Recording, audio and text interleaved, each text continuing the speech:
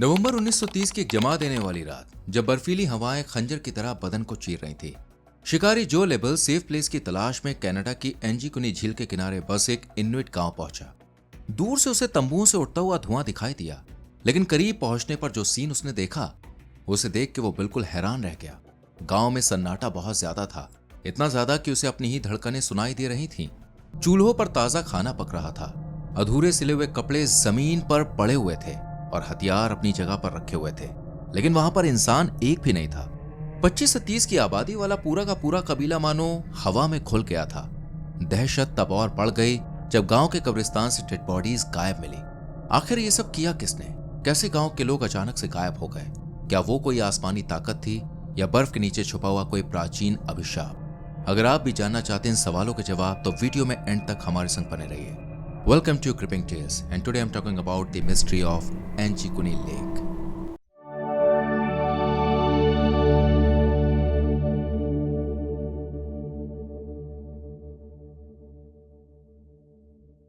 इस कहानी की शुरुआत होती है नॉर्थर्न कनाडा के पास मौजूद एंजीकुनी झील से, जहां दूर दराज नूनावत नाम का बर्फीला मैदान था। नवंबर 1930 का साल आर्कटिक की दहला देने वाली सर्दी का आगाज था। आसमान पर गहरा काला अंधेरा छाया था और पारा -30 से 40 डिग्री सेल्सियस तक गिर चुका था। हवा इतनी तेज और नुकीली थी कि मानो चमड़ी चीर देगी। चारों तरफ कई फीट गहरी बर्फ की चादर बिछी हुई थी, जो हर आहट को निकल रही थी। नूनावत के बर्फीले मैदान पर एक गांव बसा हुआ था, जिसमें एक ट्राइब रहा करती थी, जिसका नाम था इनुइट ट्राइब। इनकी संख्या ज्यादा नहीं थी, बल्कि पूरे गांव में ये सिर्फ 20 से 30 लोग रहा करते थे। ये गांव चारों तरफ बर्फीली पहाड़ियों से घिरा हुआ था और लोग एंजीकुनी झील के किनारे हंसी खुशी अपनी जिंदगी बिता रहे थे। ये ट्राइब सर्वाइवल के लिए पूरी तरह से प्रकृति पर डिपेंड थी। जैसे ये लोग बर्फ के ब्लॉक काटकर गुंबद के आकार के घर बनाते थे, जिन्हें इग्लू कहा जाता है। ये घर बाहर की हड्डियों को जमा देने वाली ठंड से उन्हें बचाते थे। इसके अलावा बर्फ पिघलने पर ये जानवरों की खाल, जैसे सील या कैरबू से बने तंबुओं में रहा करते थे, जबकि कुछ लोग पत्थर, मिट्टी और वेल की हड्डियों से बने टर्फ हट्स में भी रहते थे, जो ज्यादा मजबूत और गर्म होते थे। वहीं भूख को शांत करने के लिए ट्राइब खासकर कैरबू, सील, मछली और कभी कभी व्हेल्स का भी शिकार करती थी। वो मांस को अक्सर कच्चा या जमा हुआ खाते थे। कच्चे मांस से उन्हें विटामिन सी जैसे जरूरी पोषक तत्व मिलते थे, जो उन्हें स्कर्वी जैसी बीमारियों से बचाया करते थे। साथ ही सर्दियों में ये लोग जमी हुई झील की बर्फ में छेद करके मछलियां पकड़ते थे। वहीं उनकी जिंदगी जीने का तरीका भी काफी अलग था, क्योंकि 1930 के दौरान कोई टेक्नोलॉजी तो थी नहीं, इसलिए वो भारी सामान को खींचने, शिकार की तलाश करने और रास्ता बताने के लिए कुत्तों को अपने साथ रखा करते थे, जो उनके परिवार की तरह थे। इसके अलावा ये लोग कैरबू की खाल और सील की चमड़ी से बने गर्म कपड़े पहनते थे, जिन्हें सिलने के लिए हड्डी की सुइयों का इस्तेमाल किया जाता था। इन लोगों का शहरों से कोई कनेक्शन नहीं था। ये गांव ऐसी जगह पर बसा हुआ था जहां दूर दूर तक केवल घना जंगल था। लेकिन साल 1930 में नवंबर के महीने में कुछ ऐसा हुआ कि इस गांव को विलेज ऑफ डेड नाम दे दिया गया। दरअसल जो लेबल नाम का एक फर ट्रैपर इन घने जंगलों में अक्सर शिकार करने के लिए आया करता था, जो जानवरों की खाल का व्यापार करता था। और उस दौर में ट्रैपर होना एक बहुत ही मुश्किल और साहसी काम माना जाता था, क्योंकि उन्हें हफ्तों तक आर्कटिक की भयंकर ठंड में अकेले सफर करना पड़ता था। अब क्योंकि जो लेबल एक प्रोफेशनल हंटर था, तो उसे यहाँ के जंगलों के बारे में बहुत अच्छी खासी जानकारी थी। वो एंजीकुनी झील के आसपास के इलाकों में अक्सर शिकार के लिए आया करता था। साथ ही उस गांव से भी अच्छी तरह से वाकिफ था, जहां के लोग उसके दोस्त बन गए थे। जो लेबल जब भी शिकार के लिए जाता, तो वो गांव जरूर जाया करता था। खैर, नवंबर 1930 में भी वो यहाँ शिकार करने के लिए आता है, लेकिन उस दिन ठंड बहुत ज्यादा थी। पूरा जंगल बर्फ की मोटी चादरों से ढका हुआ था, जहां जो लेबल शिकार की तलाश में अकेले आगे बढ़ रहा था। वैसे तो उसने कई साल इस तरह के मौसम में बिताए थे, लेकिन उस दिन ठंड इतनी ज्यादा थी कि उसके पैर हर कदम पर घुटनों तक बर्फ में धंसते जा रहे थे और आगे बढ़ने में जो को काफी दिक्कत हो रही थी। हालांकि उसने जानवरों की खाल से बने कपड़े पहने हुए थे, लेकिन उनका भी कोई खास असर नहीं हो रहा था। दूर दूर तक कोई इंसान उसे नजर नहीं आ रहा था, सिर्फ खामोशी और सन्नाटा पसरा हुआ था। बहुत देर तक घूमने के बाद भी जो को कोई शिकार नहीं मिलता है और धीरे धीरे शाम होने लगती है। यह देखकर उसने वापस शहर लौटने का फैसला किया, लेकिन जो चलते चलते जंगल के बीचों बीच आ गया था। इसलिए अगर वो वहां से वापस लौटता है तो उसे पहुंचते पहुंचते रात हो जाएगी। साथ ही उसे जानवरों का डर भी सता रहा था। इसलिए जो को अब एक ऐसी जगह की जरूरत थी जहां वो ठंड से भी बच जाए और जंगली जानवरों का खतरा भी ना हो। इसके अलावा जो को भूख भी बहुत ज्यादा लग रही थी क्योंकि उसने सुबह से कुछ भी नहीं खाया था। तभी उसे एंजीकुनी झील के पास बसे उसी गांव का ख्याल आया जहां उसके दोस्त इनुइट कबीले के लोग रहा करते थे। जो पहले भी कई बार वहां पे रुक चुका था और अच्छे से जानता था कि वहां उसे खाना भी मिलेगा और रहने के लिए ठिकाना भी मिलेगा। इसलिए जो गांव जाने के लिए अब चल पड़ता है। लेकिन जैसे ही वो गांव के करीब पहुंचा उसने अजीब सी चीज महसूस की। वो ये कि जब भी वो वहां पे आता था तो उसे कुत्ते के भौंकने की आवाज सुनाई देती थी। साथ ही चाहे कितना भी बर्फीला तूफान हो, लोग आग जलाकर बाहर बैठे हुए दिख जाते थे। साथ ही दूर से ही उन लोगों के घर रोशनी की वजह से चमक रहे होते थे। लेकिन आज ऐसा कुछ भी नहीं था। चारों तरफ सन्नाटा और खामोशी पसरी हुई थी। शुरुआत में जो को लगता है कि शायद वो कहीं और पे आ गया है, लेकिन जब वो धीरे धीरे आगे बढ़ता है तो ऐसा महसूस होता है कि वो उसी गांव में आया है जहां पर वो हर बार आया करता था। लेकिन इतनी खामोशी क्यों है, उसे ये बात समझ में नहीं आ रही थी। खैर, अब जो उस फैमिली के टेंट में जाता है जो उसे अच्छी तरह से जानती थी और उनके टेंट में जो पहले भी रुक चुका था, वो बाहर से आवाज लगाता है लेकिन अंदर से कोई भी जवाब नहीं आता। यह देखकर वो पर्दा हटाता है और खुद ही टेंट के अंदर चला जाता है जहां कोई भी इंसान मौजूद नहीं था, लेकिन उनका सामान जस का तस रखा हुआ था। जो ने देखा कि बुझे चूल्हे पर एक बड़ा सा बर्तन रखा हुआ है जिसमें फिश स्ट्यू मौजूद है और वो ठंडा होने की वजह से जम रहा है।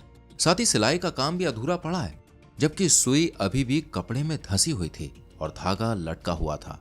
आपको बता दें, इनुइट संस्कृति में सिलाई और खाल तैयार करना बहुत ही मेहनत का काम होता है जिसे वो कभी भी कुछ भी हो जाए अधूरा नहीं छोड़ते हैं। ये देखकर जो को काफी हैरानी होती है। वो उस टेंट से बाहर निकलता है और बाकी टेंट में जाता है और देखता है कि वहां भी कोई भी इंसान मौजूद नहीं है, जबकि चूल्हे पर खाने का बर्तन चढ़ा हुआ है और खाना आधा पक भी चुका है, जिसे देखकर ऐसा लग रहा था जैसे महिला खाना बीच में ही छोड़कर कहीं अचानक चली गई हो जो उसे बना रही थी। इसके अलावा उसने एक बात और नोटिस की कि लगभग हर टेंट के कोने में ट्राइब की राइफल और शिकार के भाले रखे हुए हैं। उस खतरनाक बर्फीले इलाके में कोई भी इनुइट अपने हथियारों के बिना एक कदम भी बाहर नहीं निकलता, क्योंकि वहां पर जंगली जानवरों का डर हमेशा रहता था।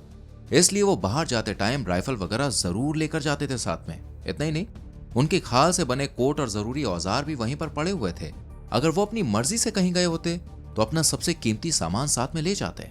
वहीं टेंट के अंदर हाथापाई या संघर्ष का भी कोई निशान नहीं था। ना तो खून के धब्बे थे और ना ही सामान बिखरा हुआ था। सब कुछ अपनी जगह पर था। बस वहां पर रहने वाले इंसान गायब थे। जो को समझ में नहीं आ रहा था कि आखिर पूरे गांव के लोग अचानक से कहां पे गायब हो गए। इधर तूफान भी अब धीमा पड़ता जा रहा था, लेकिन जो के मन में सवाल बढ़ते जा रहे थे। इसी दौरान उसने देखा कि गांव के बीच में जहां बॉनफायर जलाई जाती थी उसके ऊपर मीट का टुकड़ा लटक रहा है, लेकिन यहाँ पर भी आग बुझी हुई थी और लकड़ियों पर बर्फ जमा हो गई थी। वहीं सबसे ज्यादा हैरान करने वाली बात यह थी कि जो मीट का टुकड़ा लटक रहा था ना, वो जस का तस था, यानी कि उसे किसी ने खाया ही नहीं था। जो को बिल्कुल भी समझ में नहीं आ रहा था कि गांव के लोग इस तरह से अपना काम छोड़कर, जगह छोड़कर कहां पे चले गए हैं, जबकि उनके पास खाने का स्टॉक भी इतना ज्यादा था कि इस कड़कड़ाती ठंड में वो आराम से यहाँ पर महीने गुजार सकते थे। तो ऐसे में वो कहां और क्यों गए, ये सवाल जो को परेशान कर रहा था। जो ने कई बार उन लोगों को आवाज लगाने की कोशिश की, लेकिन कहीं से भी कोई भी जवाब उसे नहीं मिलता है। ये देखकर जो को अब डर लगने लगा था। वो भागते भागते झील के पास पहुंचा जहां किनारे पर कई सारी नाव मौजूद थी और वो इस बात को बयान कर रही थी कि गांव वाले पानी के रास्ते कहीं भी नहीं गए हैं। जो ने अब आगे बढ़ना शुरू किया, लेकिन अचानक उसका पैर किसी चीज से टकरा गया और वो नीचे गिर गया। जो ने जब बर्फ को हटाकर देखा तो वहां पर एक कुत्ते की डेड बॉडी दिखाई दी जो पूरी तरह से जम चुकी थी और वो जंजीर से बंधा हुआ था। जो ने उस जंजीर को जब खोलने की कोशिश की तो उसे एक और कुत्ते की डेड बॉडी मिलती है जिसकी हालत पहले वाले डॉग की तरह ही थी। इस तरह जो को 7 कुत्तों की बॉडीज मिलती है जो ट्राइब्स के ही थे, लेकिन अब भूख की वजह से वो तड़प तड़प के मर चुके थे। उनकी हड्डियां उनके शरीर की खाल से साफ नजर आ रही थी, जबकि उनकी बॉडीज बर्फ से काफी नीचे दबी हुई थी।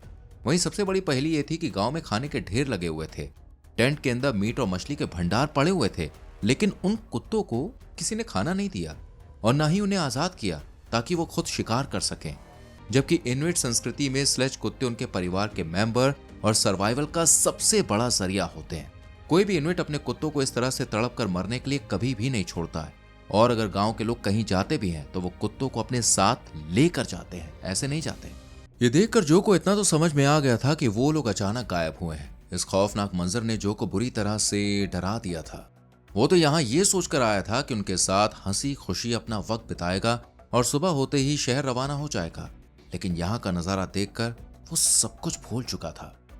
जब जो गांव के खाली टेंट्स के बीच खड़ा था तब उसने आसमान की तरफ देखा। वहां पर उसे नीली और सुनहरी रोशनी दिखाई थी, जो आम तारों या ऑरोरा बोरेलिस जैसी बिल्कुल भी नहीं थी, बल्कि वो किसी मशीन की तरह धड़क रही थी। कभी बहुत तेज हो जाती और कभी मीडियम स्पीड में हो जाती। रोशनी आसमान में एक खास पैटर्न में तैर रही थी, जैसे मानो किसी चीज की वो तलाश कर रही थी। हवा में भी एक अजीब सा भारीपन और सन्नाटा छा गया था। जो को महसूस हो गया था कि इस गांव में जो कुछ भी हुआ है वो नेचुरल नहीं है। इस डरावने मंजर को देखने के बाद उसने एक पल भी वहां पर रुकना ठीक नहीं समझा और अपनी जान बचाकर वहां से भागा और कड़ाके की ठंड में बर्फ पर चलते हुए मीलों का सफर तय करने के बाद जो पास के एक टेलीग्राफ स्टेशन पर पहुंचा। वहां से उसने कनाडियाई पुलिस यानी रॉयल कैनेडियन माउंटेड पुलिस को एक इमरजेंसी मैसेज भेजा और गांव की सिचुएशन के बारे में सब कुछ बता दिया। मैसेज मिलते ही पुलिस एक्शन में आती है और कुछ ही घंटों के अंदर एंजीकुनी झील के पास गांव में पहुंच गई, जहां उन्हें जो कांपता हुआ दिखाई दिया, जिसने पुलिस को बताया कि इस गांव में कोई भी इंसान नहीं है, जबकि खाना अभी भी चूल्हों पर रखा हुआ है। इसके अलावा जो ने पुलिस को अजीब रोशनी और कुत्तों की डेड बॉडीज के बारे में बताया, जिसे सुनकर पुलिस भी एकदम शॉक्ड हो गई। किसी को भी एक्चुअली में समझ में नहीं आ रहा था कि आखिरकार इस विलेज में हुआ क्या है। पुलिस ने अब आसपास इन्वेस्टिगेशन करनी शुरू की और जब विलेज की ओर बढ़ी तो रास्ते में उन्होंने खुद भी आसमान में अजीब चमकती हुई रोशनियां देखी, जिसके बारे में जो उनको पहले ही बता चुका था। इसके बाद पुलिस ने गांव की तलाशी ली और उन्हें जो की बताई हुई हर बात पर ट्रस्ट हो गया, लेकिन एक चीज ऐसी थी जिसने पुलिस वालों के भी रोंगटे खड़े कर दिए, और वो था गांव का कब्रिस्तान। जो और जांच अधिकारियों ने देखा कि गांव के किनारे बनी पूर्वजों की कब्रें खुदी हुई थी, लेकिन ये किसी जानवर का काम नहीं था, क्योंकि कब्रों के अंदर से लाशें गायब थी। आपको बता दें, इनुइट संस्कृति में अपने पूर्वजों का बहुत सम्मान किया जाता है, उन्हें बहुत रिस्पेक्ट दी जाती है। वो अपनी कब्रों को पत्थरों से ढकते हैं ताकि जंगली जानवर उन्हें नुकसान ना पहुंचा सके। उन भारी पत्थरों को किनारे हटाकर फेंका गया था, जो किसी एक इंसान या जानवर के बस की बात बिल्कुल भी नहीं थी। साथ ही नवंबर की उस ठंड में जमीन लोहे की तरह सख्त और जमी हुई थी। इतनी सख्त बर्फ और मिट्टी को खोदना लगभग इम्पॉसिबल था। फिर भी कब्रें खाली की गई थी। इतना ही नहीं, कब्रिस्तान के चारों तरफ ताजी बर्फ बिछी थी, लेकिन वहां किसी के आने जाने या पैरों के निशान नहीं थे। ऐसा लग रहा था कि मानो लाशें खुद ही कब्र से बाहर निकल गई हों या उन्हें ऊपर से किसी ने उठा लिया हो। रॉयल कैनेडियाई माउंटेड पुलिस के लिए ये सवाल बड़ी पहेली थी, क्योंकि अगर विलेज वाले किसी डर से मान लीजिए भागे भी थे तो वो अपने पूर्वजों की लाशें साथ में लेकर क्यों जाएंगे, और अगर कोई दुश्मन अटैक करता है, हमला कर देता है, तो वो कब्रों को क्यों खोदेगा। ये क्वेश्चन उन्हें परेशान कर रहा था। वहीं पूरे विलेज में ना तो खून के धब्बे थे और ना ही इस तरह का कोई भी निशान था जिससे ये लगे कि दुश्मनों ने उन पर लूटपाट के इरादे से हमला किया हो, क्योंकि सामान भी जैसे का तैसे ही था, जिसे देखने पर ऐसा लग रहा था कि जैसे कुछ वक्त पहले ही सब लोग यहाँ पर थे, लेकिन फिर अचानक से सब कहीं गायब हो गए। खैर, पुलिस ने अब उन्हें ढूंढने के बारे में सोचा और एंजीकुनी झील के आसपास के इलाकों में सर्च ऑपरेशन चलाया। टीम में एक्सपीरियंस्ड आरसीएमपी अधिकारी और लोकल ट्रैपर्स को शामिल किया गया, जो बर्फ पर रास्तों को पहचानने में बहुत एक्सपर्ट थे। उन्होंने डॉग्स द्वारा खींची जाने वाली स्लेज का इस्तेमाल किया, क्योंकि उन इलाकों में कोई रोड नहीं थे। पुलिस की टीमों ने पास के ही इनुइट गांव और ट्रेडिंग पोस्ट तक का सफर तय किया, क्योंकि उन्हें उम्मीद थी कि शायद गांव वाले किसी दूसरे सेफ प्लेस पर चले गए हों।